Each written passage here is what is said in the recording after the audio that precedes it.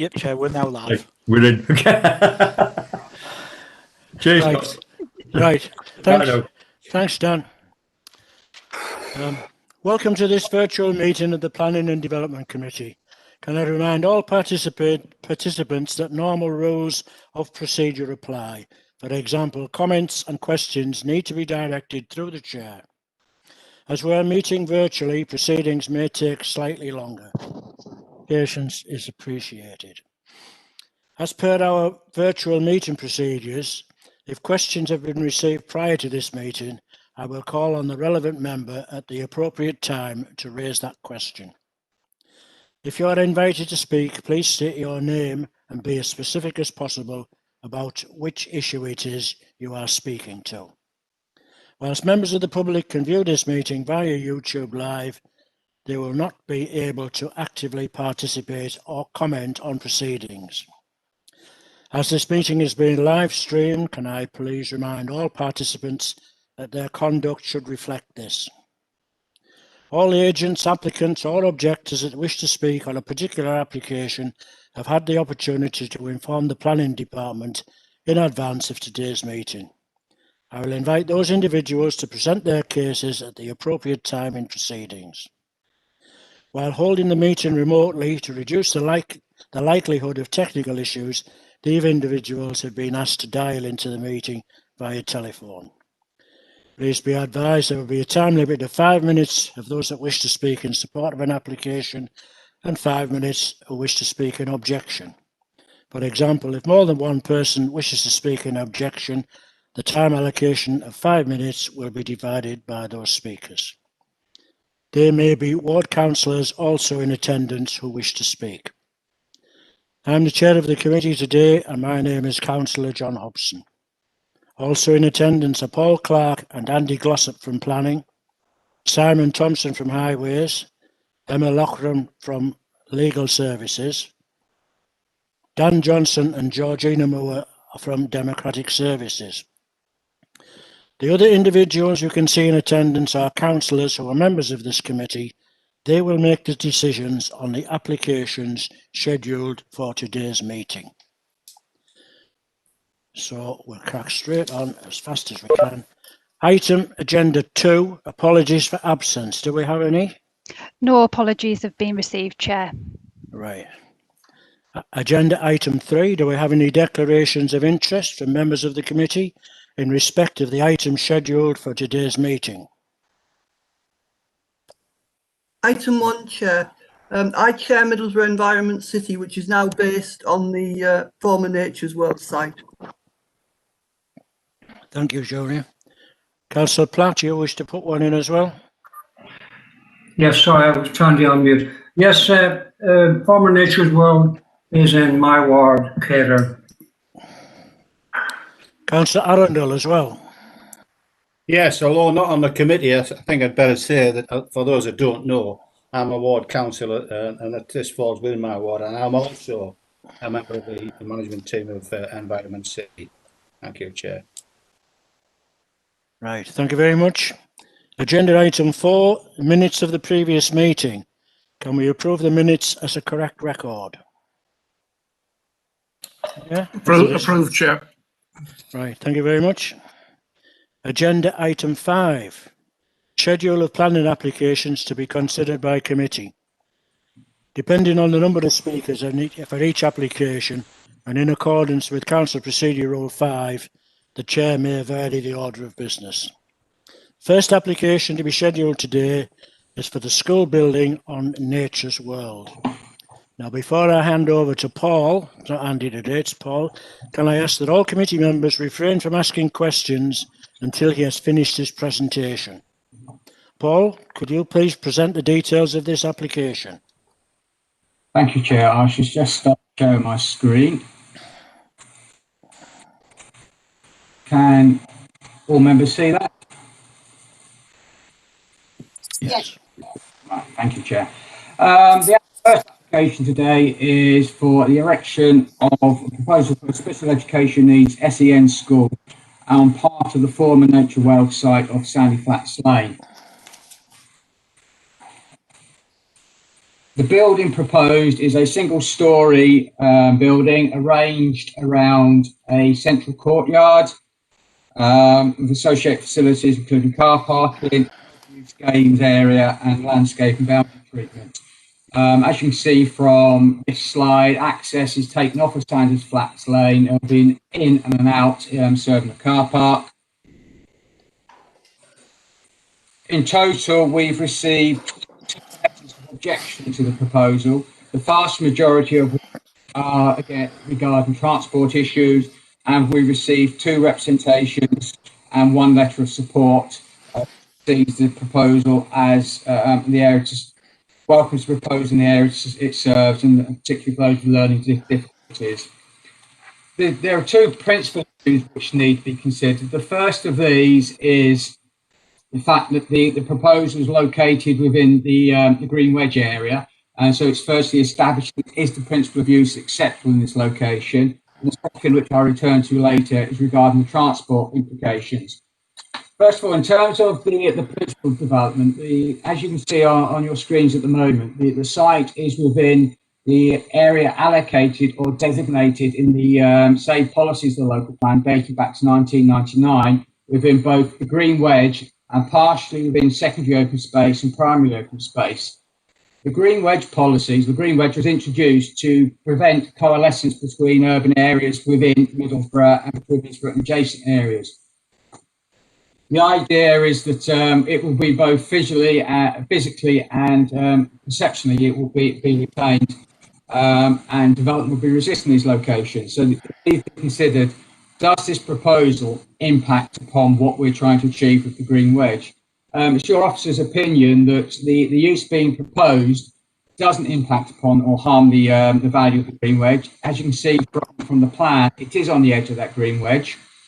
There is, if I can go back to the photograph of the site, what you can see is the red line boundary where the site is. That is a slight hollow in the area there. So it is well screened by existing landscape around the site.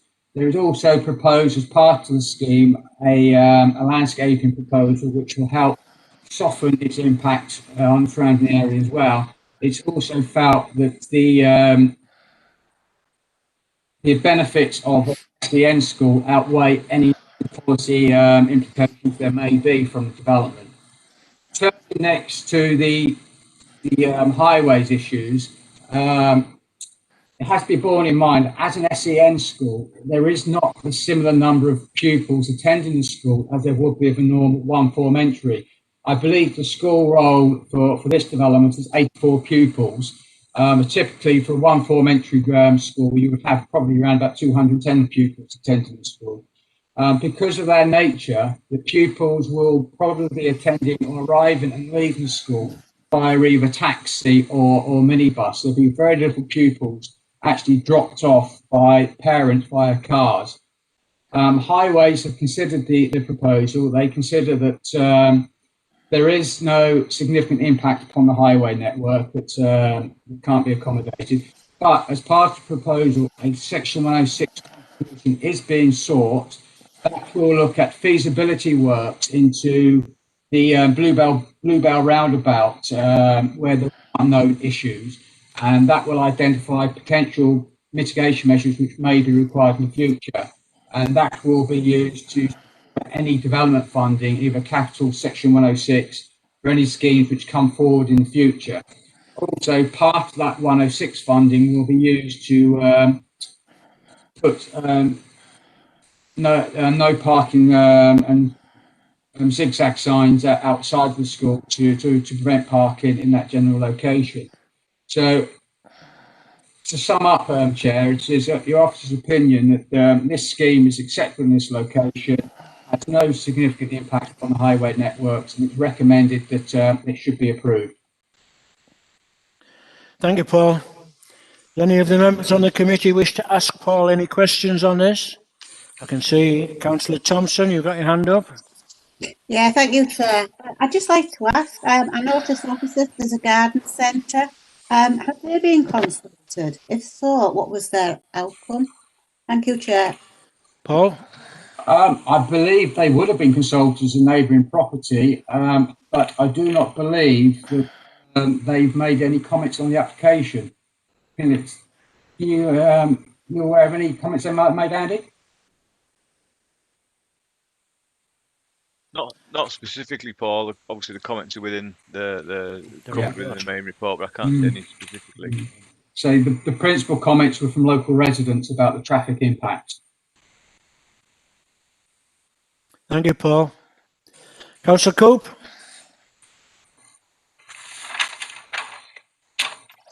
Thank you, Chair. Just regarding the traffic, presumably there would be no more traffic during the day. That would, in fact, probably less traffic than there would have been when it was Nature's World. It would only be at the start and finish of the day. And for what you've described, there wouldn't be much more traffic if there was a minibus or taxis or whatever. The amount of traffic going into the area wouldn't be that high. I believe you're correct that the traffic is quite low. I believe the transport assessment, Simon may correct me if I'm wrong here, is probably 70 movements in a day and 70 movements out a day. So it is quite low level, significantly much less than you would find on an equivalent mainstream school. Thank you, Chair. I think Councillor Branson, you've got your hand up. Councillor Branson. Thank you, Chair. Yeah, I can't speak for Nature's World, but the group that actually works at Nature's World, I have spoken to on a couple of occasions, and they're not unhappy about the school being built there. They're looking at the pupils from the school actually getting involved with activities at the Nature's World site. That's my understanding. If anybody has different information, then please say. But that was certainly the result of my conversation with the volunteers there. Thank you, Councillor Branson. Councillor Wilson. Thanks. Thank you, Chair. How many pupils did you say were going in there, Paul? How many students? 84, I believe, on the roll. 84. 84. That's nothing like so. So you'd be lucky if you get about maybe 10 minibus on the morning, maybe 10 minibuses on the night, and maybe less sort of taxis. The traffic will be minimal. Thank you, Paul. Thank you, councillors. Councillor Nugent.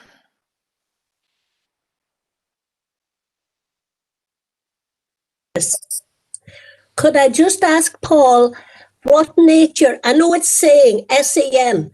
I'm anxious to know because I'm a governor in a few schools in Middlesbrough, and I know we have a few special needs schools.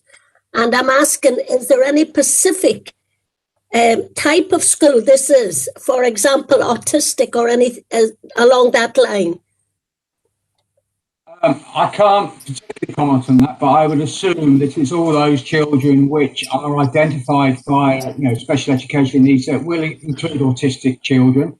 It will be for those children which cannot be accommodated in mainstream schools because of their disabilities, because of their educational needs. Thank you, Paul. Thank you very much. Anybody else? No? Right, okay. Chair, apologies. I should have added that the recommendation to approve, there is condition 10 regarding the transport regulation order. It's my understanding and that condition is no longer required because of Section 106 agreement. So it would be subject to approval less that condition. Thank you, Paul. Right, we're going to the applicant stroke agent. This is a Mrs. Kaylee Dixon. Are you there, Mrs. Dixon? Hello, Chair, can you hear me? Yes, you've got 5 minutes, Mrs. Dixon. Our legal representative will advise you once your time application has expired. So go ahead. Thank you, Chair. Thank you. Hi, everyone. My name is Kaylee Dixon. I'm the agent for this planning application on behalf of the applicant, Interim. I would firstly like to just give acknowledgement to the concerns raised by nearby residents and other stakeholders, particularly in regard to matters such as highways impacts, ecological impacts and loss of trees. During the planning application process, the applicant has worked very closely with the local planning authority and council consultees in seeking to address potential impacts that may result from the proposed development. mentioned before, for example, the applicants agreed a £20,000 contribution towards the Highways Mitigation Scheme at Bluebell Roundabout, which will assist in reducing impacts there to an acceptable level, and also a £2,500 contribution towards school keep clear markings and zigzags at the access and egress points, which would help deter waiting outside of the entrances on Sandy Flats Lane. And just to reiterate, the Council's Highways Officer has agreed with the assertions in the transport statement, and also the chip generation and just general conclusions on highway safety. In terms of ecological and landscape concerns raised, we can confirm that the existing tree belt to the eastern site boundary will be retained as far as possible, and it's acknowledged that the southern tree belt will require removal to facilitate the proposed development, but we are looking at trying to reinforce that southern boundary with low-level mounding and native shrub and tree planting as far as possible to provide, you know, a bit of a buffer and areas for biodiversity. And the school are also looking at including bat boxes and tubes within the building elevations themselves, and also barn owl loft boxes. So overall, we believe that the need for the development and the associated benefits outweigh any perceived harm, and I'll just summarise those benefits really briefly now. So there's an evident need for the proposed development. The current Discovery Academy temporary accommodation at Bramble School is nearing capacity, and there are a number of children with special needs that are required to be educated outside of the borough at the moment. The number of children with needs such as these is also increasing. Therefore, as well as bringing a vacant site back into active use, the proposed development will also provide high-quality specialist education for families, whilst ensuring that fewer children are required to travel outside of Middlesbrough for their education as well. By reducing the number of children who have to be educated outside of Middlesbrough, it will result in substantial savings for Middlesbrough Council. The proposed development will create approximately 64 direct and 96 indirect jobs during the construction period. The design's high quality, and the building's been carefully and efficiently designed to make sure it's sustainable in terms of its energy efficiency and sustainable construction. And finally, there's ecological net gains proposed, such as a dedicated hibernation site for reptiles, log piles to encourage invertebrate prey, wildflower areas, barn owl loft boxes, and also bat boxes and tubes. So to conclude, the proposed development will result in a number of benefits for the local community and contributes to all three dimensions of sustainable development as outlined in the NPPF. Also, the development has been considered to be acceptable by the LPA, as its benefits outweigh the proposed loss of the green space, and it has an officer's recommendation for approval. Therefore, we consider that planning permission for the new school building should be granted. Thank you very much for your time. Thank you, Mrs. Dixon. Does any of the committee wish to ask Mrs. Dixon a question? Nobody. Right. Now we come to objectors in respect. Sorry. Sorry, Councillor Coop wishes to ask a question. Councillor Cope.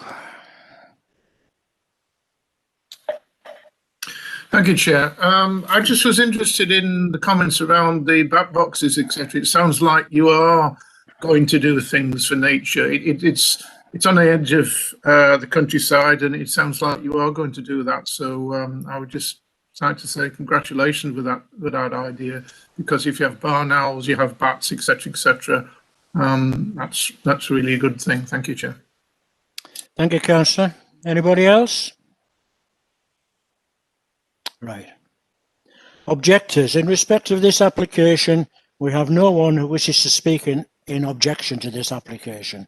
So we'll now move on to the ward councillor issue, and I'm sure we have with us today Councillor Ron Arundel, who wishes to speak. Will you please present your case to the committee, Councillor Arundel? Thank you, Chair. I've always been in favour of this project, and actually expected this planning application to come forward a lot earlier than what it has. Having said that, I do share the concerns of the residents regarding traffic issues, particularly the width of the road as it enters the site and down a blind bend where there's been a number of accidents in the past.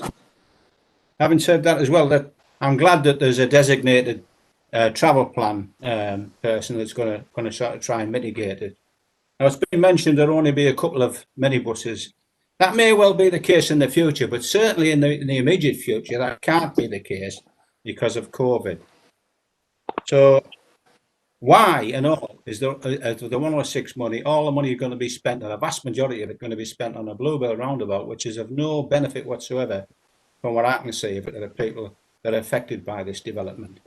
Only £2,000 of the 106 money, which is welcome to be spent on road markings to sort of stop people parking on that road.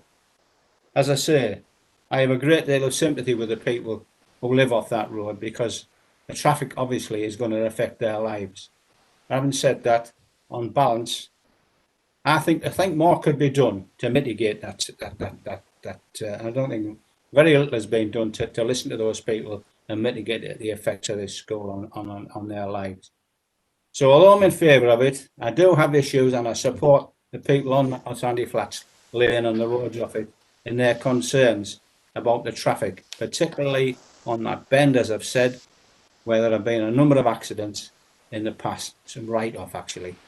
So thank you, Chair. Thank you. Thank you very much, Councillor. Right, we'll move on now. Sorry, Councillor Wilson, you've got your hand up. Yeah, thanks, Chair. Can I do a comparison there, please, Chair? Private school, they've got 14 minibuses going in there every night, every morning. Social avenues are very, very narrow. You can't get a minibus and a car pass together when they're coming in or out. That's only lasts for maybe 20 minutes for the car when the bus are coming out on night on an evening. Sandy Flats Lane is a lot wider. And I can't see 14 minibuses going there. I can only see about maybe 10 for the number of students they've got. So I don't see a problem with the traffic actually. So thank you, Chair. Thank you very much, Councillor. Right. I think we've received all the evidence. Does anybody have any more questions they'd like to ask on light of the information? I don't mean we're going to make a proposal just yet, but does anybody have any more questions to ask anybody, or are we quite happy with the information that we've got? Looks like we're all quite happy. Okay. We'll now go to the committee and ask if anybody's got any proposals. Councillor Coop, you have one? Chair, under the light of the information received, I would propose that we accept it with a proviso for the 106 agreement, taking into account what Councillor Arundel said, that it could be looked into to help the residents about mitigation there. Is that possible, Mr. Clark? Could we do that? Could we look into the 106 million? We can look at that, but I think that the point that about the whites looking at the Bluebell Beck and not necessarily the roundabout of Sandy Flat, Simon might correct me here if I'm wrong, is that the issue is created by the way that the Bluebell roundabout is functioning, and that has an impact upon the next roundabout up, the way the two junctions interrelate to each other, and the problem occurs because of what happens at the Bluebell roundabout. I think that's correct. Certainly what we can do, obviously we don't want to hold up granting permission any longer than we have to. If there is anything which we can, in terms of that, we will look to explore that, but I believe that we've probably done as much as we can in terms of the 106. I'm more than happy to go back to the applicant and look at that again if we need to. Thank you, Paul. Councillor Thompson, you got your hand up? Thank you, Chair. I can't see no reason to not approve this, so I'm happy to propose that we approve it. So are you seconding Councillor Coop's proposal? I am, yes, Chair. Right, okay. Anybody else got anything to say on it at all before we go to a vote? No one? Right. Okay, Paul, would you read out the recommendations and the committee report before we go to a vote, please? Certainly, Chair. Bear with me one moment. Just got to find it on.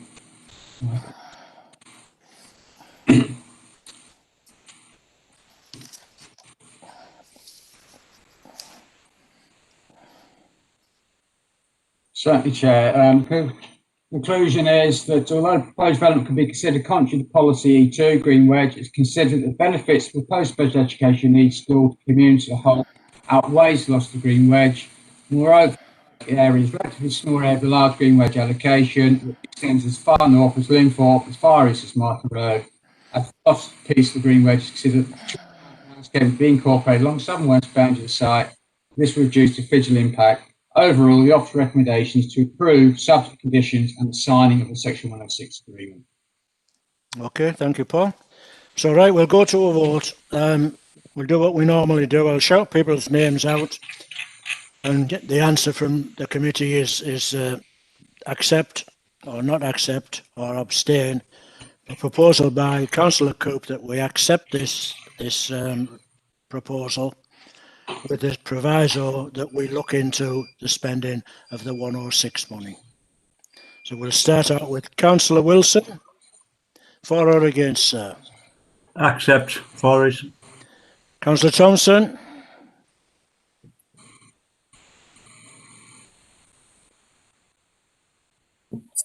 Approve. Councillor Rostron. For. Councillor Platt. For. Councillor Garvey. For, Chair. Councillor Dodds. For. Councillor Branston. For. Councillor Coop. For. Councillor Hobson. For. Thank you, Georgina. Will you do the count? Chair, you didn't ask Councillor Nugent. For. That's all 10 members have voted to approve the application, Chair. Chair, you're on mute. sorry, Chair, did Councillor Rostron declare interest on this one, or was that a different one? Yes, she did, yes. Right. She did declare an interest on it, yes. Right. We'll start again. I can now confirm that the vote of the decision of this committee is to approve the application. Right, thank you very much. Second application is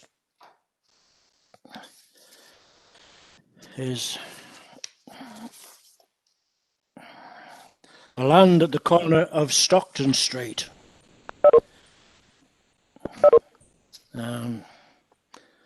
Paul, will you present the information to the committee?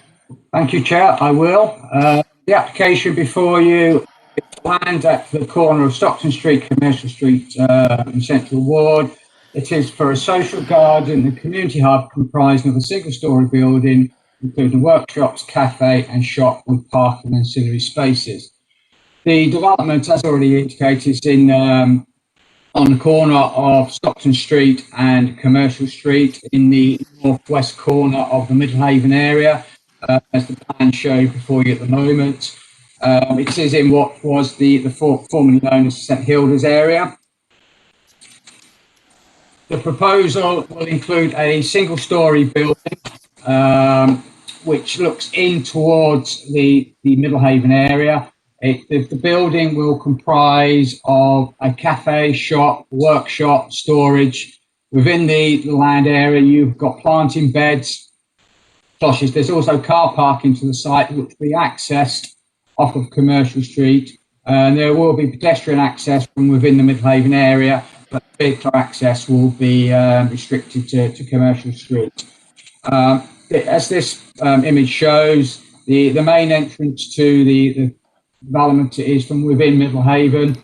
The corner of the building is taken up by a shop and a cafe with workshops and storage facilities. These images show the elevations of the scheme, primarily brick with some glazing. The next set of slides show the smartest impressions of what the building will look like and what the social farm will look like when it's operating.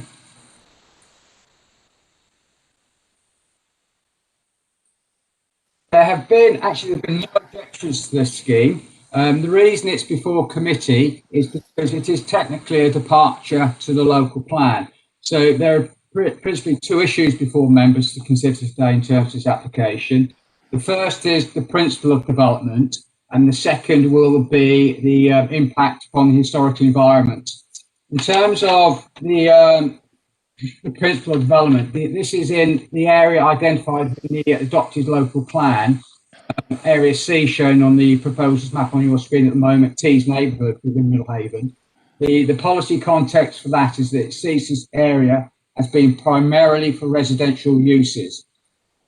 Whilst and one of the reasons this application is before you is because it's the use as a social farm is not identified as one of the acceptable uses in this location. That is not to say, however, that it shouldn't be considered acceptable. But the use itself, it doesn't prevent the rest of the Tees neighbourhood area going forward for residential development. In fact, it's officer's view, if I can go back to the location plan, one of the key issues to consider is the relationship between the Tees neighbourhood area and the surrounding industrial uses on Stockton Street and Commercial Street. They will remain, and what this proposal will do, it will act as a buffer transitional zone between those industrial areas, helping protect the residential uses from the surrounding amenity issues which those employment industrial uses will create. So it's officers' views that this will actually help increase the of the wider Middlehaven area for a residential scheme. As such, it's considered that it actually the wider regeneration of Middlehaven and will enable it to come forward and deliver the wider aspirations. In terms of the historical environment, the plan before you shows the context of the proposal. We have the social garden shown in the northwestern corner. As you can see on the smaller one, the proposal is adjacent to the former Customs House building, Grade 2 listed building, which is now the My Place development, and also within the vicinity of the Old Town Hall. In the wider area, you have the railway station, the transporter bridge. Another key historical aspect is the former gridiron pattern of the road network around Middlehaven. The image before on the moment shows the view of the site from Commercial Street. You have to the east there, you have My Place, the former Customs House, and as you can see at the top of the hill, you have the Old Town Hall. The land rises up to the Town Hall, where this is, because this is single story, it's not considered it will actually impact upon the Old Town Hall, nor impact upon the Customs House. In fact, by bringing a viable use to this part of Middlehaven, it could actually help support the continued viability of the Town Hall by bringing footfall across into this part of Middlehaven. The proposal itself will also not impact or be detrimental to the gridiron pattern of this part of Middlehaven. So it's not actually, the proposal is not seen as being detrimental to the historical environment and actually being supportive of our wider aspirations.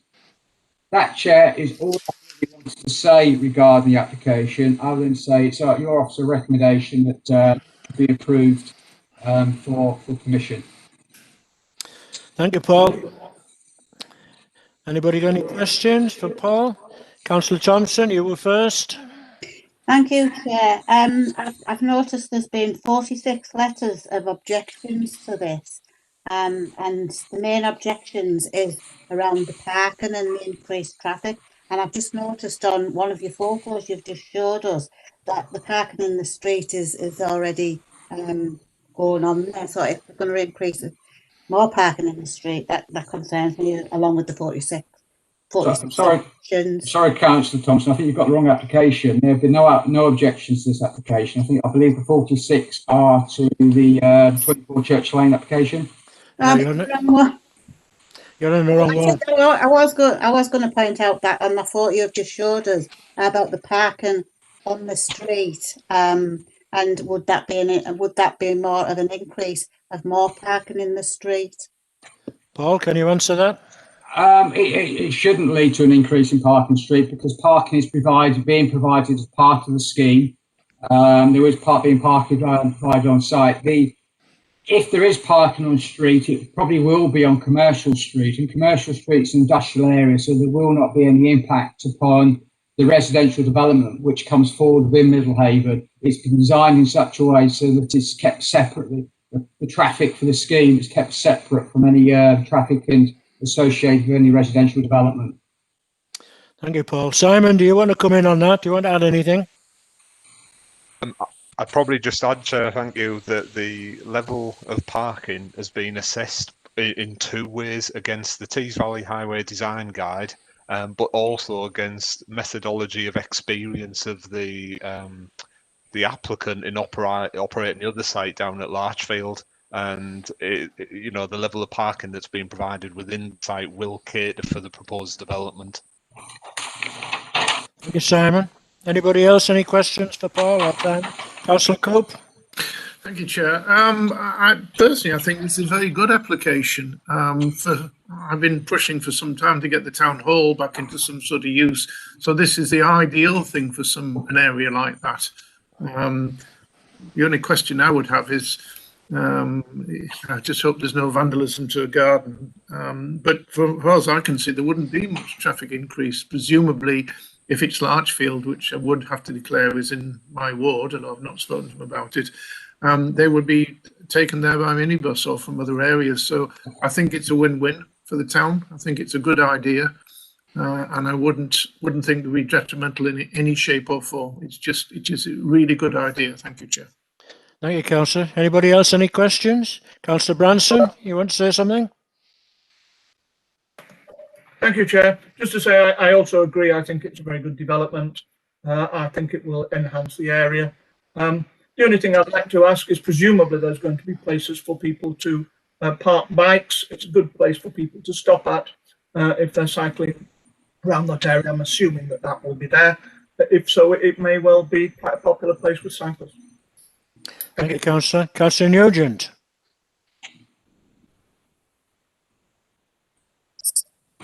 Yes, I would just like to agree with what David has said. For that area, I think it'll be very good for it, and I think it'll help it a lot and be an advantage to the town as well. So I totally agree with it. Thank you, Councillor Nugent. Anyone else? Councillor Wostron. Well, like Councillor Coop, I've long had concerns about the old town hall and the preservation of it, and I think if this goes in some way to actually get something off the ground with regard to the old town hall, it's very welcome. Thank you. Councillor Dodds. I'd just like to say I agree with what Julia has just said. And I think it's a lovely idea to have this garden farm in Middlehaven. It will bring people in and there will be parking. And if it's anything like Larchfield, it'll be wonderful. I love visiting Larchfield, which I don't do now because of the COVID. But it's a lovely walk from where I live to Larchfield to have a coffee and a scone. And this could be just the same, and I think it's beneficial for the town and all its residents. Thank you. Thank you very much. Right, we do have, is anybody else? Nobody else? Nobody? No. We do have an agent with us, Mr. David Hardcastle. He doesn't want to speak on the matter, but he will answer any questions that anybody's posed. But I rather think we've asked Andy all the questions. But if anyone wants to ask Mr. Hardcastle, who is the agent, no? No, okay. Right, we have no objectors. We have no ward councillor. I think really all the evidence that we can get we've already received. So I think we'll go straight into sorting out a recommendation. So would anybody like to come forward with a recommendation for the application? I would propose, Chair, that we accept it with the conditions laid down in the information. I think it's an excellent idea. Okay. I'll second it. Councillor Garvey, you seconding it? Yeah, I think Councillor Wilson did as well. Okay. So we're going to a vote again, and I'll try to get everybody's name this time. It's for, against, or abstain. We'll start with me. Councillor Hobson, for. Councillor Coop. For, Chair. Councillor Branson, For, Chair. Councillor Dodds, For, Chair. Thank you. Councillor Garvey, For. Councillor Nugent, For, Chair. Councillor Platt, For, Chair. Councillor Rostron, For. Councillor Thompson, For. and Councillor Wilson. For. Chair, I can confirm that all 10 members have voted to approve the application. Okay. So I can now confirm that the decision of the committee is to approve that application. Thank you very much. Now we'll go on to the next one, which is 24 Church Lane.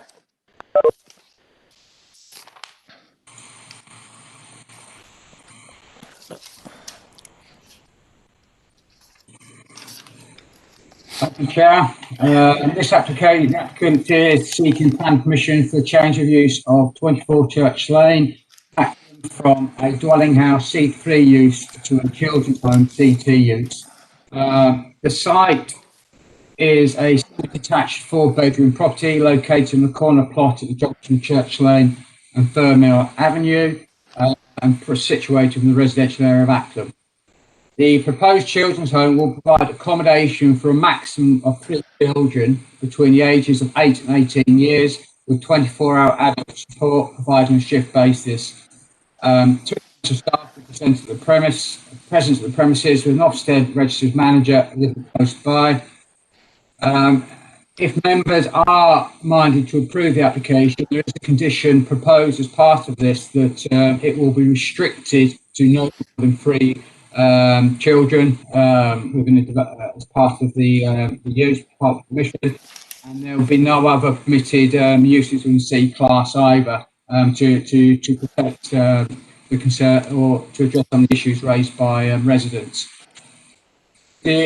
Internally, there is no changes, excuse me, to the property. You have a lounge, sitting room, day room, and kitchen, dining on the ground floor, and 4 bedrooms to the first floor. So there's no proposed change internally. Externally, there are no physical changes to the property. The next series of slides I will show you will show you the property in the surrounding area. The front elevation, due towards the site from 21 Church Lane. The side elevation from Thurmill Avenue. You will see you've got 2 entrances, 2 particular entrances to the site.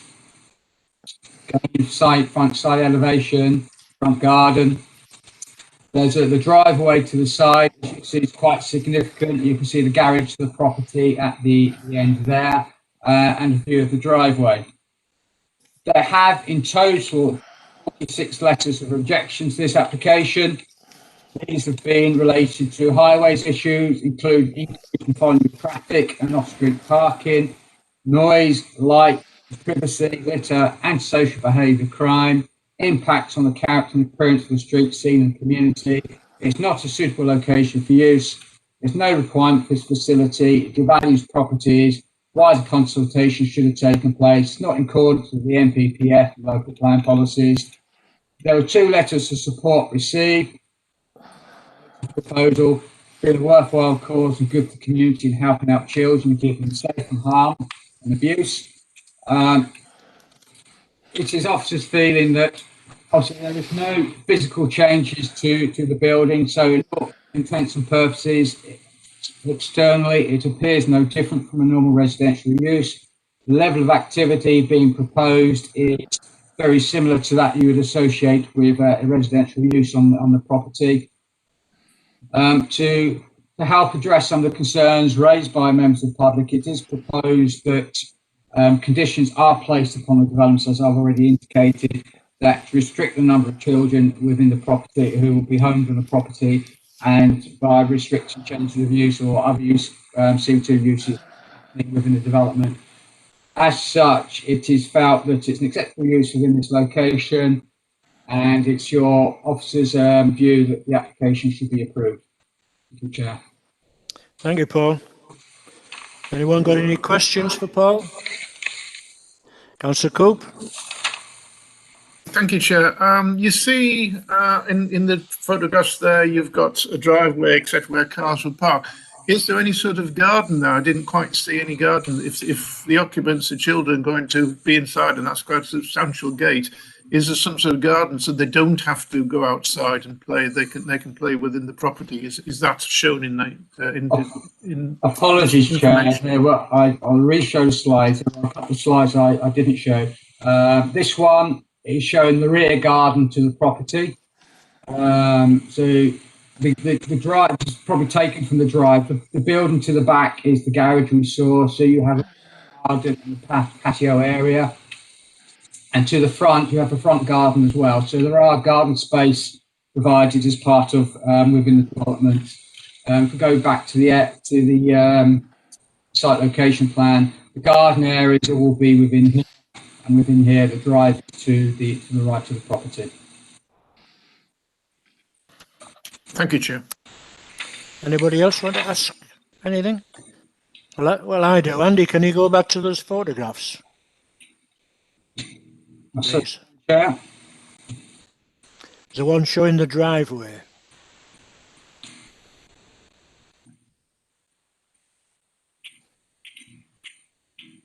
That one, Chair. Hang on. Can't see anything, Paul. Apologies, I thought I shared. That one, Chair.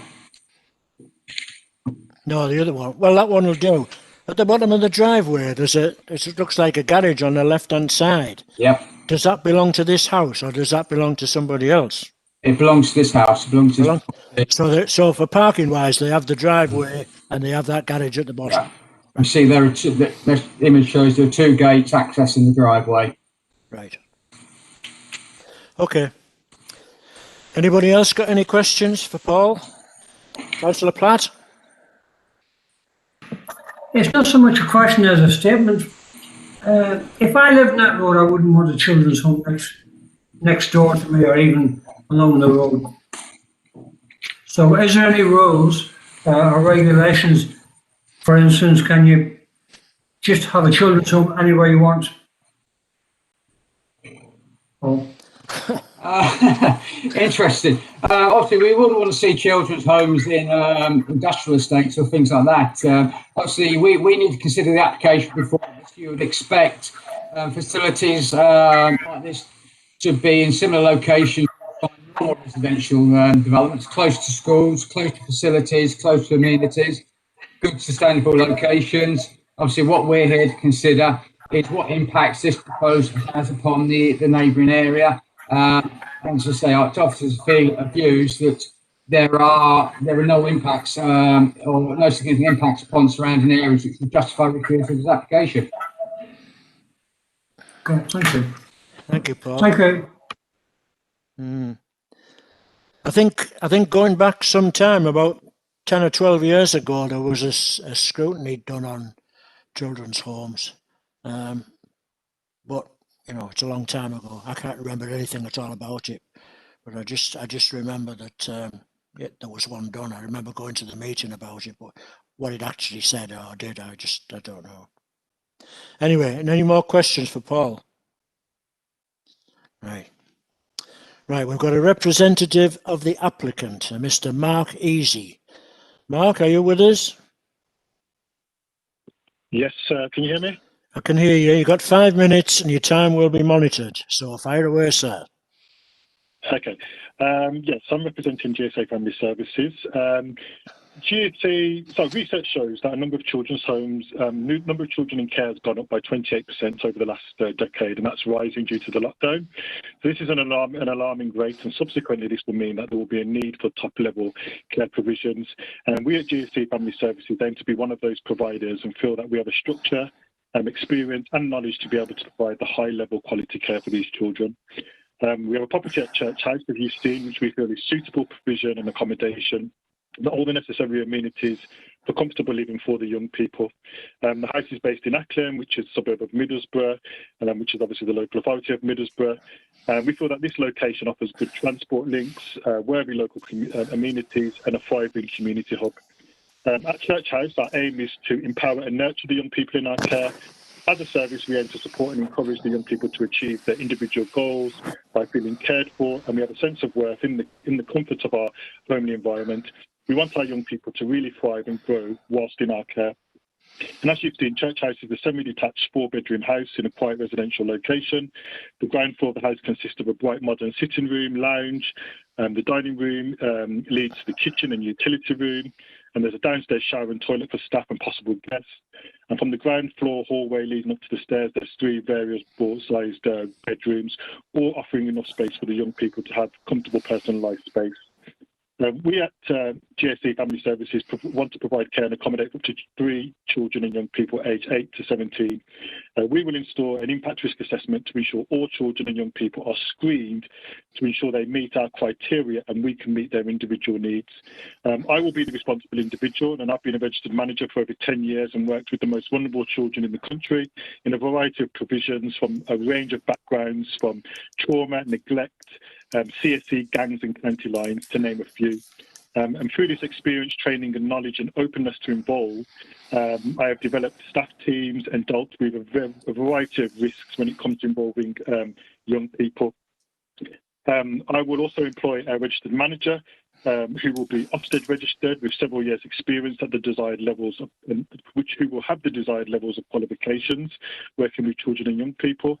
And of course, Ofsted have set a high bar of excellence in every area to ensure the children's home is fit for purpose throughout, including staff readiness, experience and training.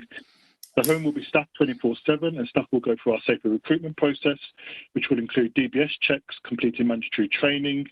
For us to provide the best quality of service, we will always also seek out specialist training to give our staff the best knowledge and understanding to support the individual needs of the young people.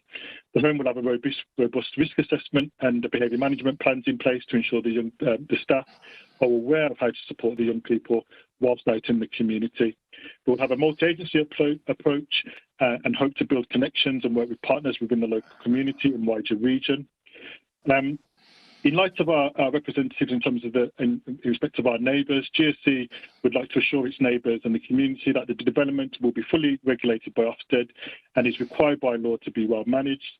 GSE has employed experienced and knowledgeable staff to manage their homes, and neighbours' amenity will be preserved by GSE Family Services and aims to make sure that there will be no noise, nuisance or inconvenience or disturbance that will be caused to the neighbours as a result of our provision. The home will ensure that prior to the admission of a young person, that an impact risk assessment will be undertaken to ensure that the home can meet the needs of the young person. This will include the level of risk of any presenting behaviours and the location of the home. The home will have a robust risk assessment and behaviour management plan in place to ensure that staff are able to support the young people whilst out in the community, and will ensure that young people will be fully supported and supervised whilst out in the community also. The home aims to live harmlessly in harmony with their neighbours and will work with the young people so that they are integrated into the community through schooling, education and local facilities such as sports clubs, activities, centres, etc. Other measures to ensure that the home does not negatively impact on our neighbours and community include ensuring that staff are trained to manage any situations that may arise with the young people, have an on-call system to give advice and support to staff where needed. Staff will take into consideration neighbours in terms of parking, arriving and leaving at the children's home without causing any disruption. Every effort will be made to keep to a maximum of 2 cars per shift.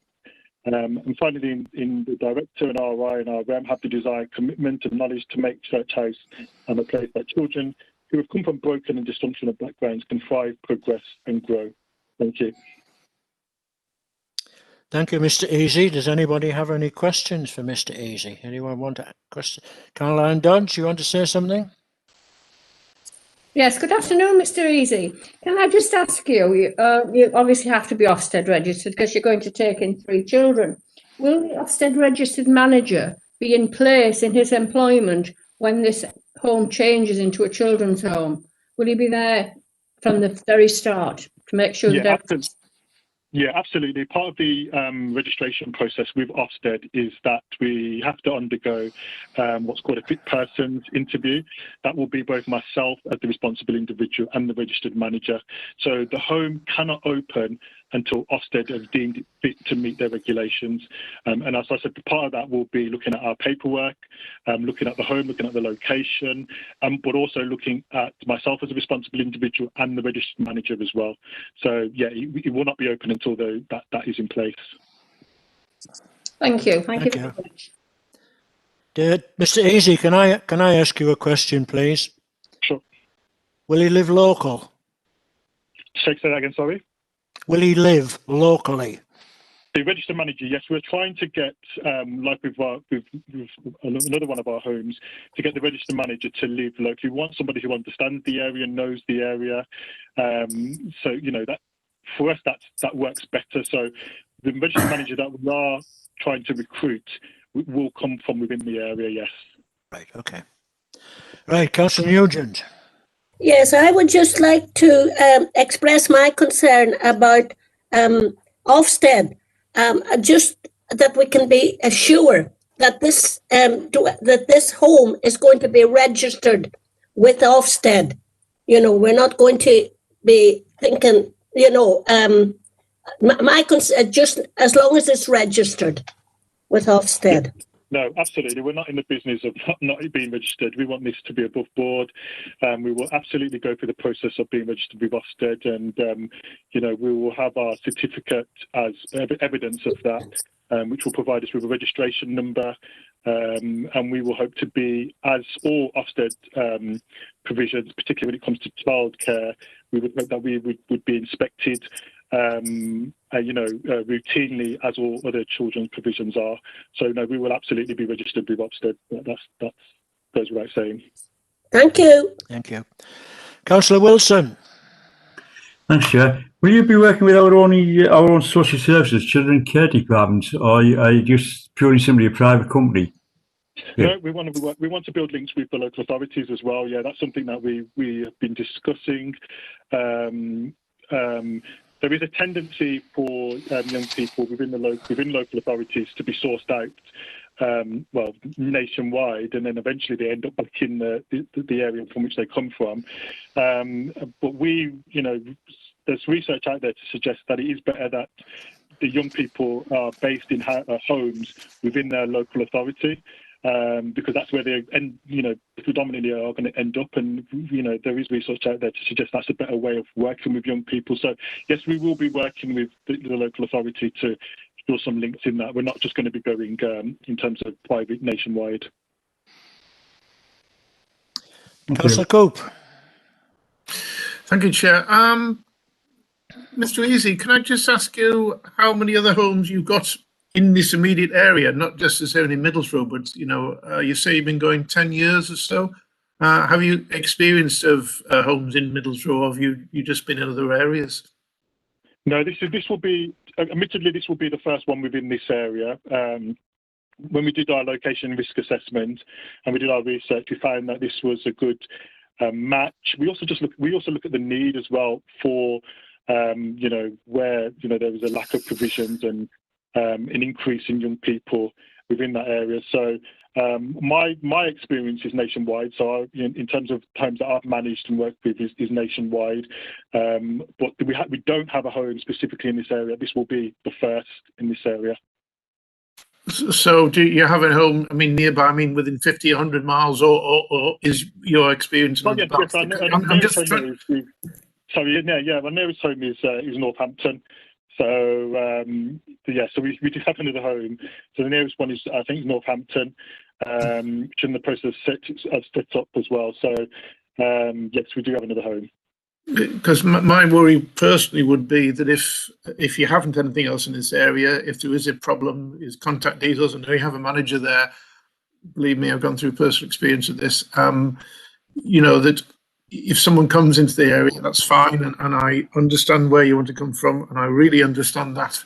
But what my concerns are, if you don't quite understand the area, or you don't quite understand the residential area of that area, that you might not have the needs of the locals also in, as well as the needs of the children. So just expressed perhaps a little bit of concern over that, that you're not locally.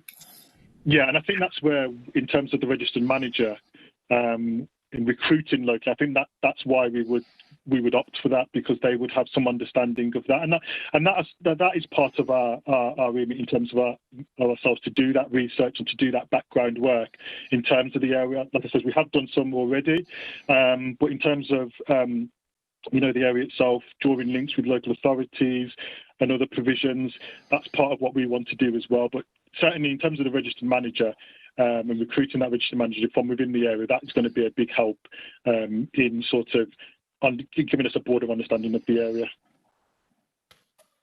Thank you. Thank you. Councillor Branson. Thank you, Chair. I wonder if you could tell me, have you had any problems with antisocial behaviour at any of your properties?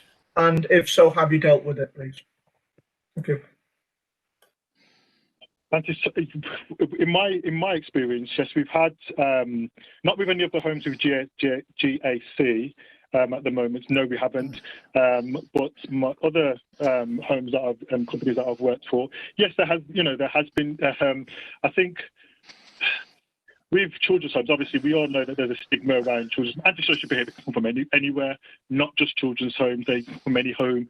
But in terms of what we've dealt with it, we've used a multi-agency approach. So we've got social workers on board, we've got the neighbours on board, police if needs be, and we've just taken a multi-agency approach to dealing with antisocial behaviour. If ultimately it comes to a decision where we feel that the area, the location is not meeting the needs for that young person, then unfortunately we may have to make decisions to move them on.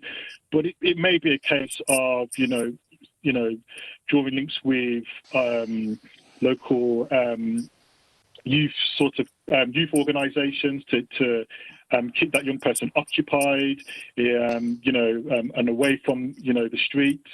And away from the roads and stuff like that. So it's just about that multi-agency approach that we've used in the past. Thank you. Councillor Nugent.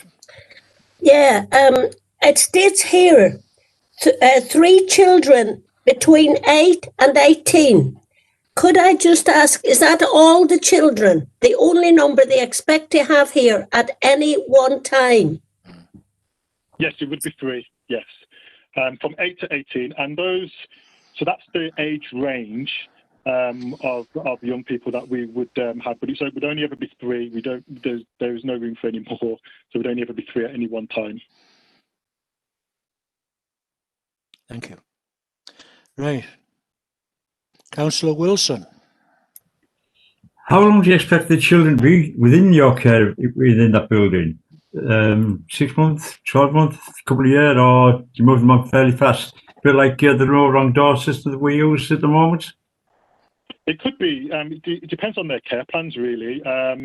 So there is no sort of fixed time. If we end up getting, let's say, for example, a 10-year-old in our care, they could technically be there until they are 18, so they could be there for a substantial period of time, and again that works out better because it means that obviously we're doing a good job if they're there longer. So they could be there for a longer period of time. So while they're in your care, would you consider sort of looking at them a long-term foster care, something like that, or are you just quite happy to keep them where they are with you? Absolutely. Yeah, absolutely. So not just foster care, but in terms of semi-independent provisions, certainly that's something else that we'll look at. But yeah, certainly step down into foster care, absolutely. That will be that. That's ultimately the goal that we want in terms of moving on our young people so that they don't get we want them to progress on from care. So ultimately, the ultimate goal is to move them on from our care so they do get into a more family environment. So that would be absolutely brilliant. Yeah. Thank you. Right, thank you. Councillor Dodds. Hello, I'm just concerned. When you were speaking about antisocial behaviour, and you did say, if there is a child in there that doesn't fit and it's not suitable for them, then you will move them on. If you don't have another children's home in Middlesbrough, where do you expect to move them on to? Thank you. Yeah, I mean for an example like that, I mean that's if we get. I mean that's a real extreme case. I was probably talking about there. In terms of if we have to move on a young person for a variety of reasons. Obviously, we would not hope that, and that's where I talked about it in my presentation in terms of the matching process. So we get a number of referrals that will come to us with all the young people's risks, and because this is a new provision. And because of the location and how we envisage the home to be, we will not be taking I think this sort of high risk, what we would consider in children's care high risk young people. So we would obviously match the young people to meet our statement of purpose and how best we can meet the needs of that young person. So in terms of moving them on, I think that's probably I was talking in an extreme case. If the matching is not right, and for whatever reason, we do have a young person that comes in and their needs are not being met, and they are showing levels of behaviours which we are not able to deal with, and then yes, unfortunately in some cases we have to move them on again, but that is in an extreme case.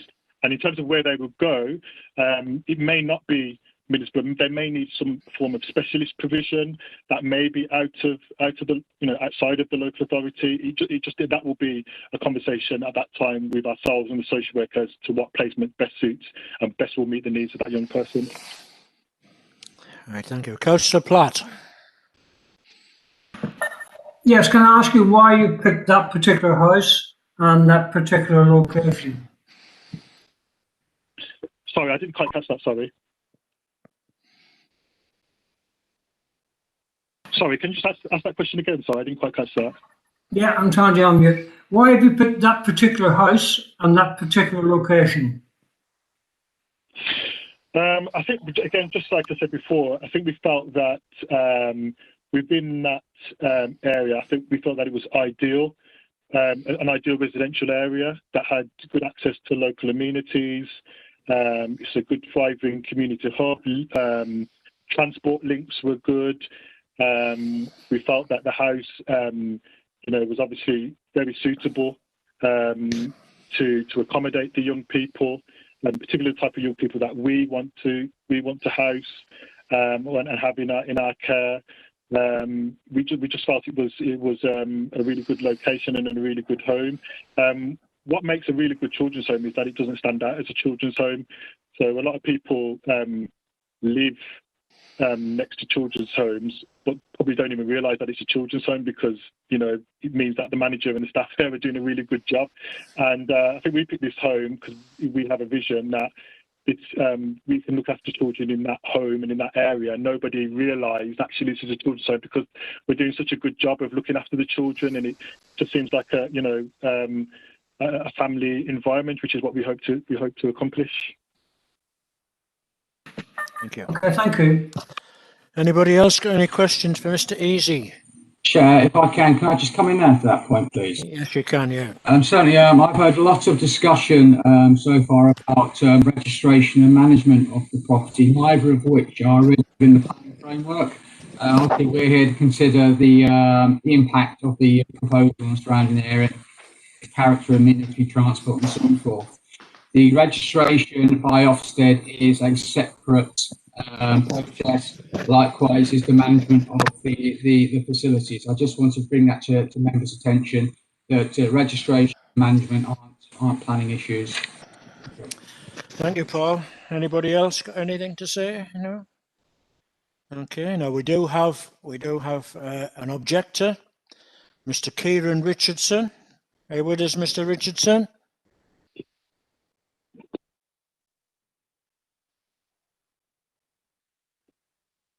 Mr. Richardson, you'll need to press star Yes, 6. Can you hear me now? Yeah, we can Yes, hear we you can now. hear you. All right, okay. Mr. Richardson, you've got 5 minutes starting from whenever you start. Right, okay. Thank you. Right, just a little bit of background. Some of the residents have asked me to speak on their behalf, and I think you would agree that 47 objections is a considerable number for a planning development of this nature. And apparently only 10 households were notified with letters in the immediate vicinity of number 24. So approximately another 37 people who hadn't received official notification decided to object as well. So it gives you an indication of the strength of feeling of the residents. It's possibly also a reaction to the amount of development that's happened in the last few years in the Church Lane area, Acklam Hall and its environs, Shannon Field, which is ironically now called Sanctuary Close, numerous new houses around there, Tees Valley Hospital, and also yesterday there was a new development, I think it's houses in front of the hospital. So I think there's a touch probably of planning fatigue there. Just moving on to the suitability of the house. The property is a semi-detached house. There is an elderly gentleman who's lived next door happily for many, many years. And he lives obviously in the other half. On page 2 of the committee report, it states that the shift rota will include sleep-in or awake carers overnight. Now, if I was that person living next door, a statement like that would concern me. I know Mr. Easy has mentioned, played down the anti-social nature of some of these children, but it is a semi-detached house, and it will greatly impact on particularly that neighbour. The two other care homes mentioned in the report in the vicinity are both detached properties. Wouldn't it be fairer to all concerned, to the children in the care home and to the neighbours, that they live in a detached property? There are plenty in Middlesbrough that could be utilised instead of using a semi-detached property. Just a point on the page 2 of the committee report and also on the photographs, it states that to the east side of the property, the vehicle access and a large area of hard standing. It's deceptive in the photographs. You can just get 2 cars down there, and you have to reverse one of them to get the second car out. The property is an extremely busy junction, Church Lane and the narrow Thirlmere Avenue. It's very busy nowadays. Obviously, with the new development, there are lots of more traffic. In a similar case involving Leeds Planning Department, on the 21st of November 2020, planning was refused to a proposed children's home because of, and I quote, the desirability of maintaining an area's prevailing character and setting. So I think similar consideration could apply here. A couple of other points before I finish. The Church Lane, St Mary's Walk, Green Lane sides of the Acklam Square are essentially quiet residential areas. The commercial aspect is on Acklam Road. And this would be out of keeping to set up a commercial venture in the residential nature of the area. Point 32, just one point I'd like to make. The committee report refutes the notion of precedence in this case. However, surely a change of use from residential to commercial or business will set some sort of precedent. If other properties in the area apply for similar types of change of use, the argument would be you've given permission in the past, why won't you give permission to others in similar ventures in the future? Is there a need? Is there an absolute need for another children's home in Middlesbrough? And just one point, I had a look on Gap Family Services Limited website, and apparently they have 3 children's homes in Northampton, and this will be their 4th. So they're not a charity, obviously. They are a limited company and motivated by profit. And I would like to finish there 5 seconds before my 5 minutes is up. Thank you, Mr. Richardson. Thank you very much. Right. That was the only objector. We now come to the ward councillor aspect. This is Sheila Dean. Sheila represents Acklam Ward. Sorry for keeping you so long, Sheila, but it's you have unlimited time to say what you want to and you can go back and question Mr. Easy if you so wish.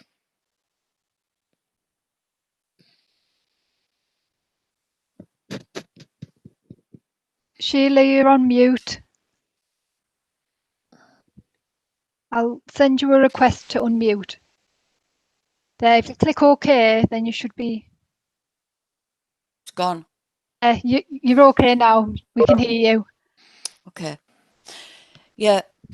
Mr. Richardson was speaking on behalf of the residents because there were so many objections and there's so much feeling about this planning application that they thought it was better for just one person to represent them. That's fine. I'm looking at it from another point of view, from the children's point of view. And as a councillor, I take my responsibility seriously in respect to ensuring the safety and well-being of every resident, irrespective of age. I have done some research and been in contact with Sue Butcher, who is Middlesbrough Borough Council's Director of Children's Services. My understanding was that Middlesbrough commissions children's homes through the NE12 framework. As part of this framework, the 12 local authorities have made a commitment to commission through this framework to ensure that children and young people get a high quality service and reduce inconsistencies. Middlesbrough Borough Council's Children's Services have informed me that Middlesbrough is not now in this framework, it is in the Tees Valley framework. And it doesn't appear that this provider is part of either of these frameworks. And therefore, I am unable to support this application as there would be no quality assurance in place to ensure the safety of the young people apart from Ofsted. As has been said, this company has 3 in homes, I think it's Northampton, and this is their first one in Middlesbrough. According to the Middlesbrough Borough Council Children's Commissions, they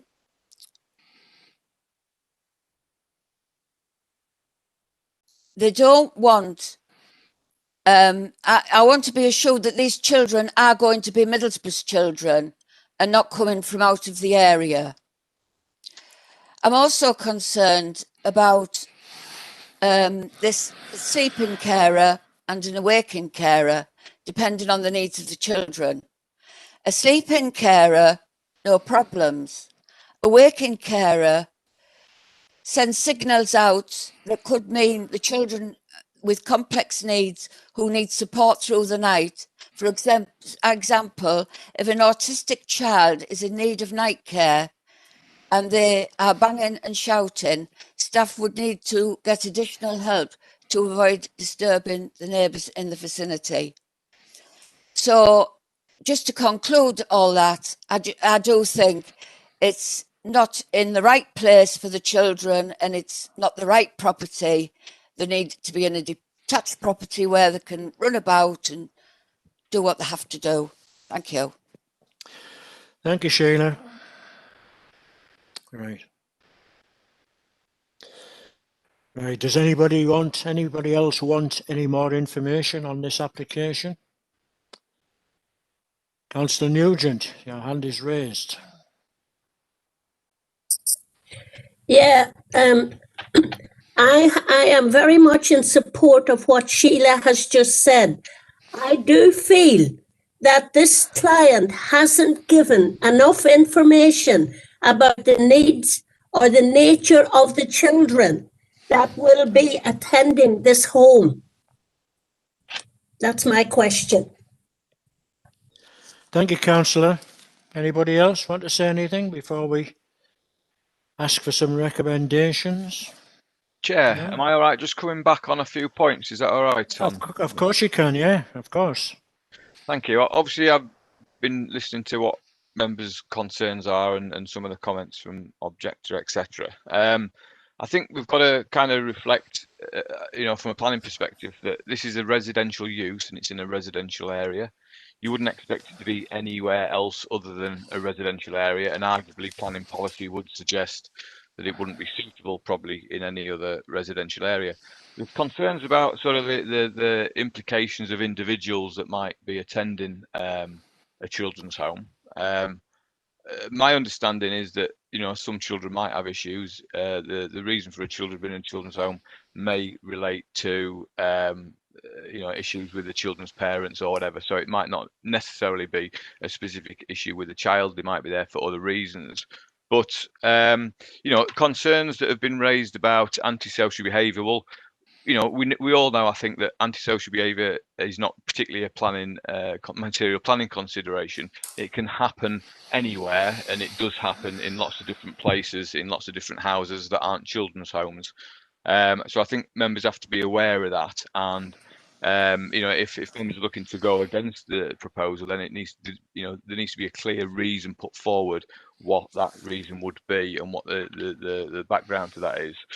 There's just reference as well to things like children with autism and creating noise at night in terms of sleeping carers or living carers. Well, you know, the children who will occupy this home, if it were approved, are children that are in existence. So those children will be living somewhere, and you'd have to assume that would be a residential area. Those implications of those children, whether there's antisocial behaviour or not, or autism or other issues, that will be happening somewhere in some residential area next to someone's house.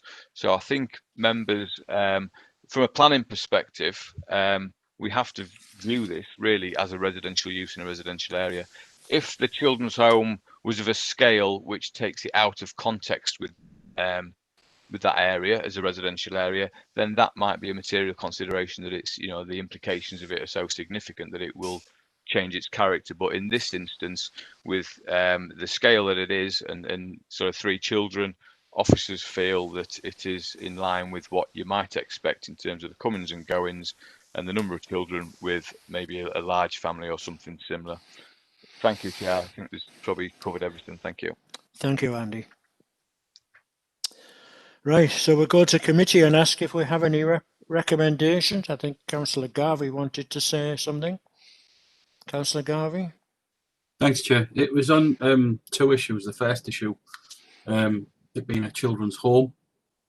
I'm sitting in a children's home. Nearly every house that I look out through the window is a children's home. The children who would be staying in this home would be highly monitored young people who have support from various angles, and I think we need to stay away from the stigma that's attached to children's home. It's a home where children will be staying, and I just want to put that point across, that, you know, it's not a concern. And secondly, the parking.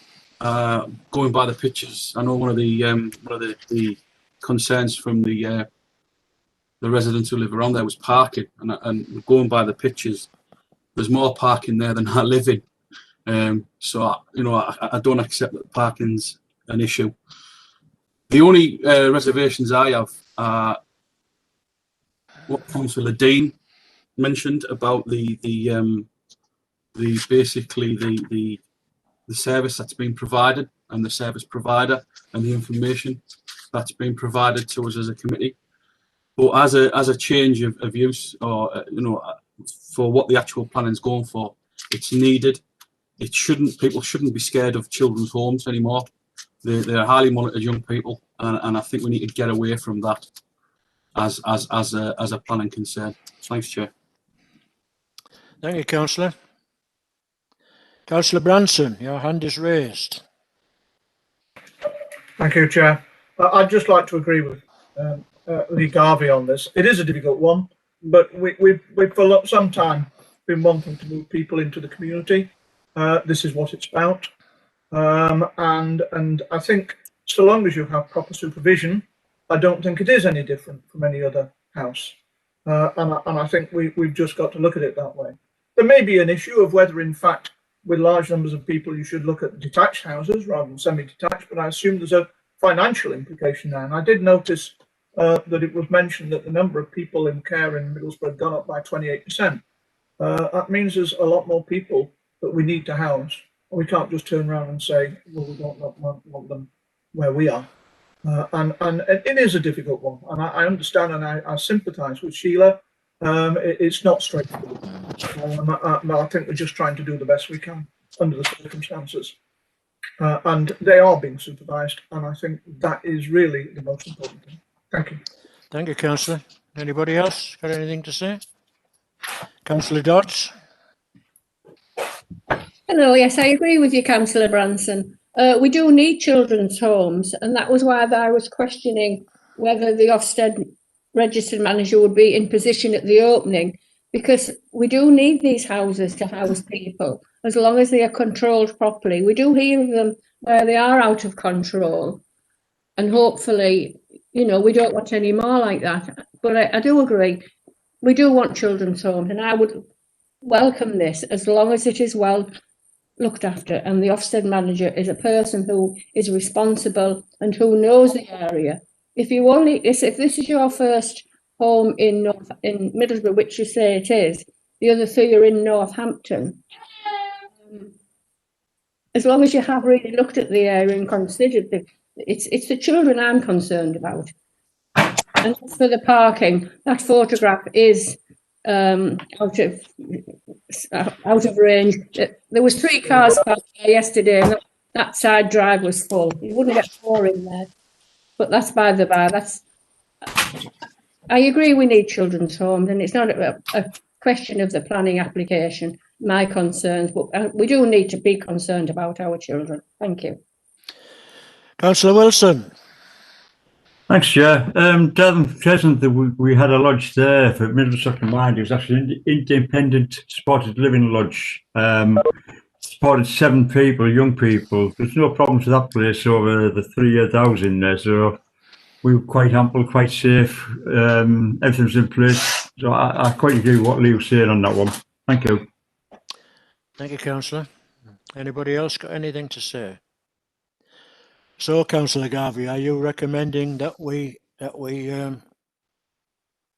accept this proposal? Yes, please, Chair. Do we have a seconder? Councillor Branson, were you there? Councillor Wilson, is that you? Yeah, I'll second it. Right. So, you see, what we've got to realise, in planning is we're doing the same thing that Andy said. All we're looking at today is looking for a change of use. All the things about the children and the home and the carers and everything, that doesn't come into any of this. All we're looking at is a planning application to change it from one use to another use. All the rest of it, whether it's right or whether it's wrong, comes later. Right, so we'll go to a vote. We'll start off with Councillor Garvey. For, against or abstain? For, please, Chair. Councillor Dodds? For. Councillor Branson? For. Councillor Coop? For. Councillor Hobson? For. Councillor Nugent?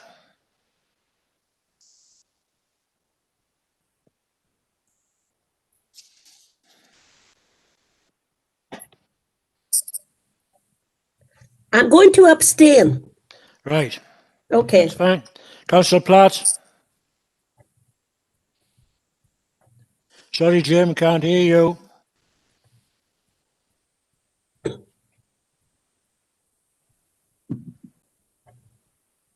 Councillor Platt, you're on mute. I'll send you a request to unmute. You just hold on a moment. If you just click OK.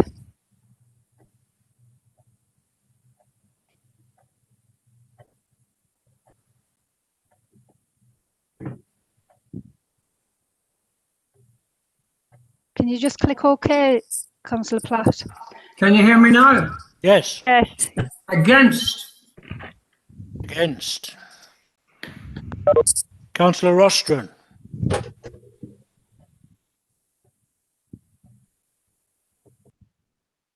It's gone. For, Chair.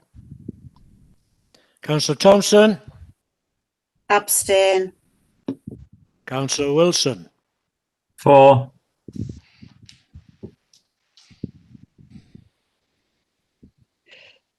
Chair, I can confirm that 7 members voted to approve the application, 1 refused the application and 2 abstained. Right, so I can now confirm the decision of the committee is to approve this planning application. Thank you. Right, over to the Can last. I leave the meeting now, Chair? Of course you can. Of course you can. Yeah. Thank you for your attendance. Thank you. See you again. Bye. Bye. Still quiet, are we? Yes, we are. Yes, we are, Chair. Right. So this is the 4th planning application, and this is in 2 Newport Crescent. So, Paul, would you share your screen, please?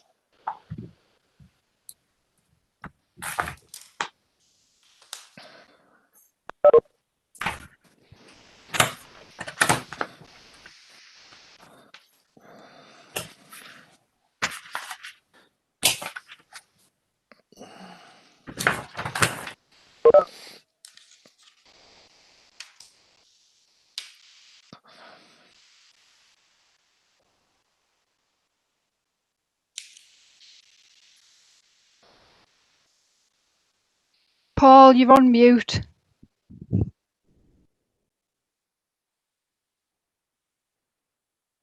Thank you for that. I was gone all afternoon doing that. Nobody tell. I shall start again, Chair, if I may. Yes, An application change of use from retail to hot food takeaway to Newport Crescent, located in the town centre, not too far away from Linford Road, just around the corner from the bus station, the House of Fraser, former House of Fraser building, Waterstones, Gilk Street, and the Captain Cook local shopping centre. The existing, existing unit is a retail unit. The existing floor plans and proposed floor plans.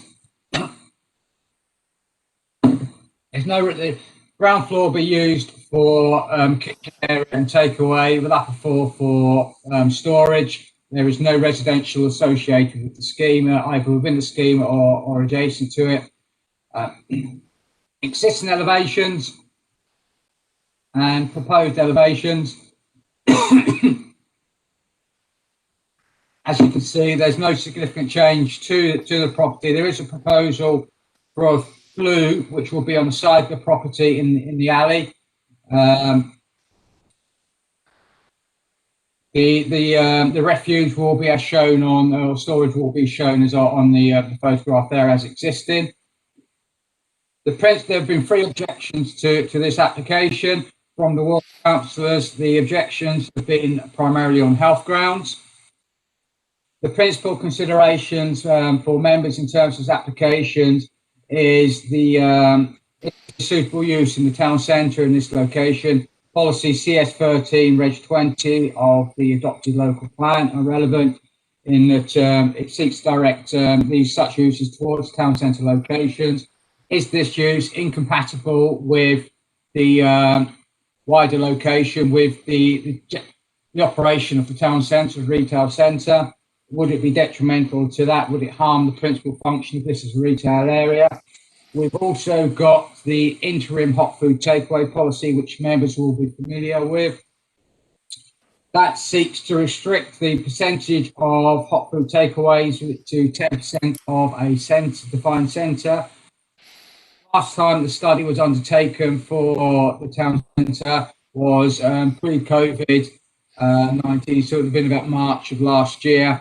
And that showed at the time there's only 4% of units in the town centre were hot food takeaways. Worst case scenario is that it's risen to about 5.2% at this stage, certainly well below the 10% figure. Also, look, the development, there should be no more than 2 adjacent hot food takeaways. Units either side of this proposal are retail units, so they're not hot food takeaways.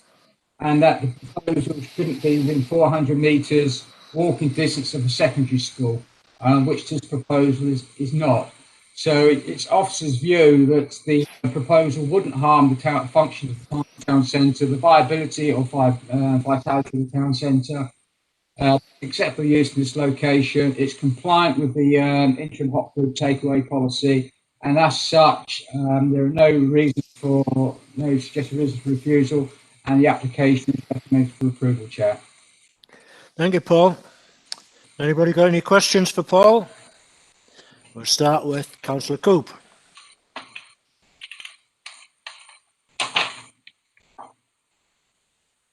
Eventually it comes on. Thank you, Chair. I know it says secondary school, but there's, of course, the Northern College of Art, which is probably just beyond the 400 distance way. I know it's not there yet, but it will be. It's yet another hot food takeaway, as the councillor has pointed out, quite rightly so. I know it's within the 10%, but it's just yet another hot food takeaway. It's yet another thing against health, etc., etc. I know it meets the criteria, but I just have a problem with it because, in fact, it's a hot food takeaway. It's in the town. There are other shops that sell food. I accept the fact that probably at the present time there are other shops because of COVID, etc. Instead of having internally will be takeaways, but it's just another hot food takeaway to me. Please, can you assist me on that? Thank you. Paul? Yeah, you're right. In terms of Northern School for Arts, that doesn't come into the policy because obviously it's post 16 children. It's over post secondary school age in terms of what the policy refers to. Just a vacant unit in the town centre. I appreciate that Linthorpe Road, in particular further south of this, there are a number of hot food takeaways. There's not a particular concentration of hot food takeaways in this general location. There's not a significant population, residential population within any significant distance of this property. It is at the heart of the town centre and the retail core. Thank you, Paul. Anybody else got any questions for Paul? Julia? I know you're saying that there aren't any other facilities around about, but as I'm thinking about it, in Captain Cook Square, there are a number. There may not be fast food facilities, but food is available for takeout. Are they taken into consideration? They won't be because they're not classed as hot food takeaways. Under the current planning regime under COVID-19, restaurants and pubs, as you're probably aware, are allowed to operate as takeaways. But that's only a temporary permission until the pandemic is over and those relaxations are removed. So at this moment in time, they do not fall within the context and consideration of the policy. It is only what were former A5 uses and classed as hot food takeaways, which we take into account. Thank you. Thank you, Paul. Councillor Nugent? Yeah, my only concern is as well, because there's a lot of food facilities in that area. So I feel that, we don't need to overload it. I feel there's enough facilities of food, of takeaways or food that you can eat on the hand in that area.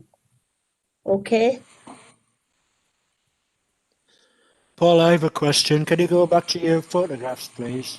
Certainly. The one of the building itself, of the where the hot food takeaway building. Right. That one? That one, yeah. Right. So assume it's going to be where it says Tate's Travel. That's going to be the building, yeah? That is the properties. Right. There's three or four waste bins there. Mm-hmm. Yeah. Who do they belong to? I believe they belong to that property. Right. But in the report, it says that the waste bin will be kept inside the building. And that will probably have to be emptied. The person who owns it will probably have to ring the council and say, please will you come and empty my bin, and he'll have to pay for that thing to be done. What concerns me is that if you're going to do that, then the bin inside is going to get really, really full before somebody actually makes the phone call and says, my bin's full, can you empty it? Just to the right of that alleyway there, I think that's Is it a Greg's or is it a sandwich shop or something like that? Just across the road, a bit where I'll be sat now, there's a pub called the Resolution. They have people that sit outside. They have tables outside. I'm not talking about COVID. I'm talking about when and if it's ever gone. They have people that sit outside and use it as a sort of smokers area. But you can have your meals outside there. And I'm sat here thinking, if that bin's going to be in that place for so long, get full of unused food, waste food, the smell is going to be horrendous. And I can't for the life of me understand why the people who have food places around it haven't put complaints in. But it hasn't happened, has it? Certainly, one of the conditions which we'll recommend attach is about odour and particulate impact assessment. So obviously that's originally aimed at the smells and which will come from the cooking activities and development, but there's no reason why such an assessment can't take into consideration issues that you're talking about. But we can only do that when and if we've passed the application. If we don't pass the application, then an odour and impact survey won't go in, will it? Correct. Right, okay, carry on. Anybody else got any questions for Paul? Nobody, right. Okay. We don't have any agents or any applicants. We don't have any objectors apart from the 3 councillors who have stated their objections. We don't have any ward councillors. So do we think that all the evidence that we need to deal with this application has been presented? Are we okay to go into a proposal? Sorry, Councillor Coop, you want to say something? Yeah, can I just get my head around this fast food? We've discussed it before. I mean, I've just brought it up. Councillor Rostrom has brought it up many times in the past about a policy which we're trying to adopt. If we did change the policy, would this in any be a way affected by that policy, i.e. the amount of fast food? You're saying 10%, is that a fixed ratio, or can that be improved upon? Because it depends if you count so Greg's nearby, there's various other shops and things nearby. It's just adding to it. Where do you stop? And you know, you can look at various fast food outlets. You can look at different types of fast food. This is a pizza shop, fine, okay. We're just going to be known as the pizza and Parmo capital of the world, I think, the way we're going. And I know Linthorpe Road is a little bit away, I accept that, but it's just more and more and more, and where do you stop? And I just want to know where the policy is that we can deal with. Thanks, Chair. Yeah, if I come to that point, to respond to Councillor Cook, if I may. Yes, the local plan is being reviewed at the moment. Obviously, the hot food takeaway policy will form part of that review, and we'll be looking at the interim takeaway policy, looking at how that can be improved upon in terms of incorporating that into the plan. But unfortunately, we have to consider this application of the policy framework we have at the moment. And that policy framework is set out in the hot food interim policy, interim hot food takeaway policy. It may well be that in the future that figure is changed, percentage figure is changed. It may well be that the area to which it applies changes. However, that's not applicable at this moment in time. I hear what you're saying about Greg's. Greg's is not a hot food takeaway. Greg's is classed as a retail use. It's classed as a retail use, unfortunately. Don't believe it. Don't believe it. It's classed as Okay, A1. I'll take your word. I'll take your word for it. Yeah. So that can't be taken into account in terms of that consideration. If members are minded to refuse this application, then obviously what we need to be looking at are what are the impacts of this? What are we refusing? And we can't just refuse it because it's another hot food takeaway in the town centre. Hi, June. Right, somebody else got something to say. Councillor Branson, your hand is raised. Thank you, Chair. I'd like to take up a point you mentioned earlier, which is about the rubbish. That concerns me. This is very close to Captain Cook Square. Yes. And I have the concern that if there's not adequate control over disposal of rubbish, the first place it's going to be disposed of is Captain Cook Square. and that's going to make the area look very bad. So my main concern is really what provision is there to ensure that the owners of these premises prevent that from happening. Thank you.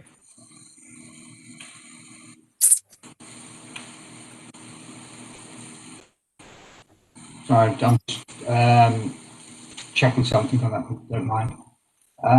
As you say, Chair, the refuge is to be provided internally into rear yard. So it's those existing arrangements. If there is a problem in the future, that is something which could be looked at enforcing against.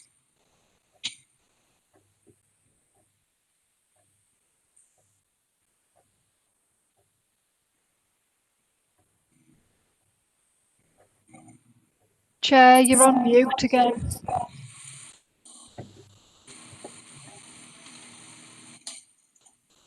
I'll send you a request.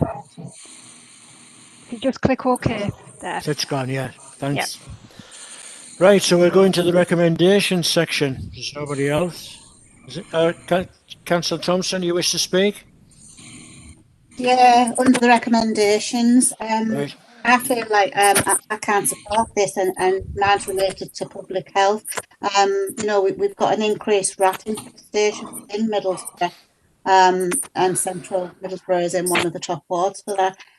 So it's around the waste and the rat infestation, and also it's another increase of obesity, which could effectively lead to diabetes. So that concerns around the health issues. So I can't support this. Thank you, Chair. Thank you, Councillor. Do you have a seconder for that? Councillor Coop, are you going to second it? Yeah, I would second that. I can't personally see the difference between having a pizza slice in Greg's and a pizza slice in there is any difference. But I agree. I think I would reject this. Thank you. Yeah, you're right. Okay. Councillor Roston, you wish to say something? You've got a smile on your face. I'm just going to say just what Councillor Coop said there, that you can go into Greg's and get hot pizza, hot pasties, hot sausage rolls, you know. So as far as I'm concerned, it's a hot food takeaway. Of course it is, yeah. Not supporting this. Yeah, I totally agree with what's been said.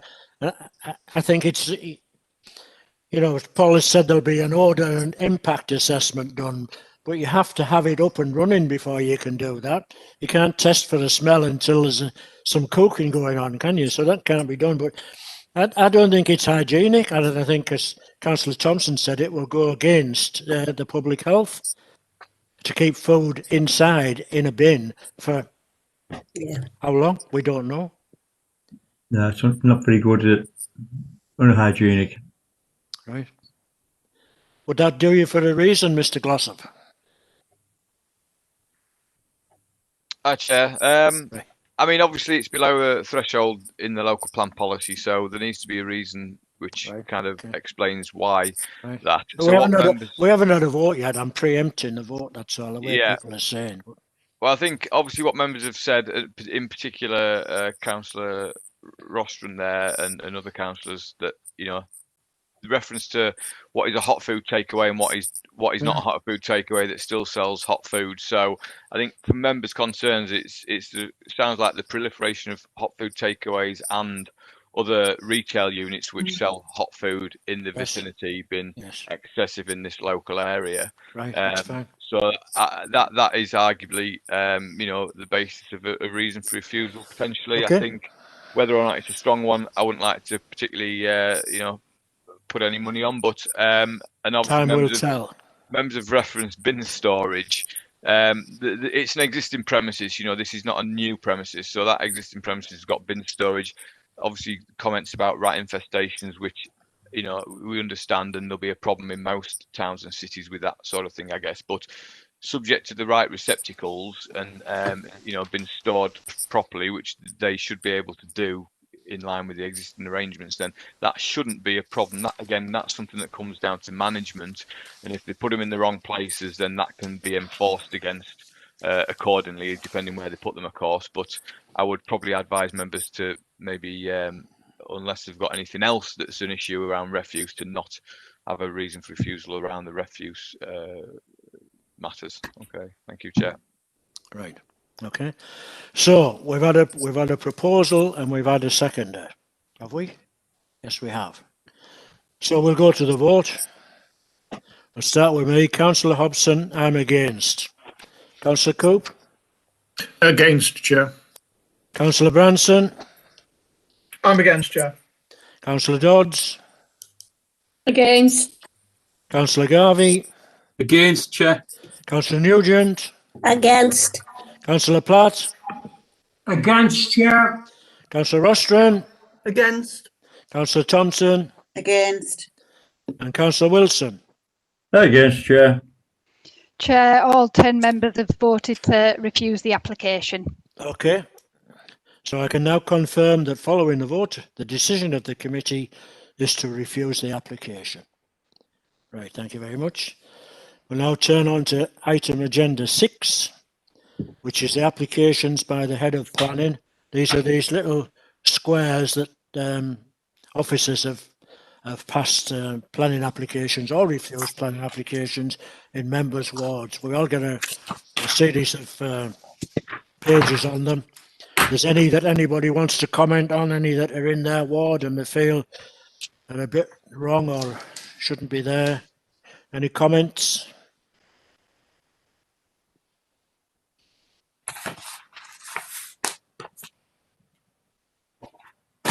No? I assume everybody's read them. Okay, we're moving on. Planning appeals, if applicable. Andy's told me he's got no results of any planning appeals for this meeting, so we can deal with that. That's gone. Any other business? I don't know of any, apart from the fact that Paul and Andy are still working very hard to get us this training package up. I have to keep saying that. So I'll bring this meeting to a close. I'll thank everybody for their attendance, and we'll hope to see you all again at our next meeting, which I don't think it'll have the Spine Road on, but it'll have something equally nasty. Julia, you wish to say something? Yeah. Could I ask, Chair, that at the next meeting we get a report on the progress on the local plan? Certainly. Certainly, yes. Paul will do that for you without any trouble. Thank you. Right, thank you very much for your attendance. Bring the meeting to a close.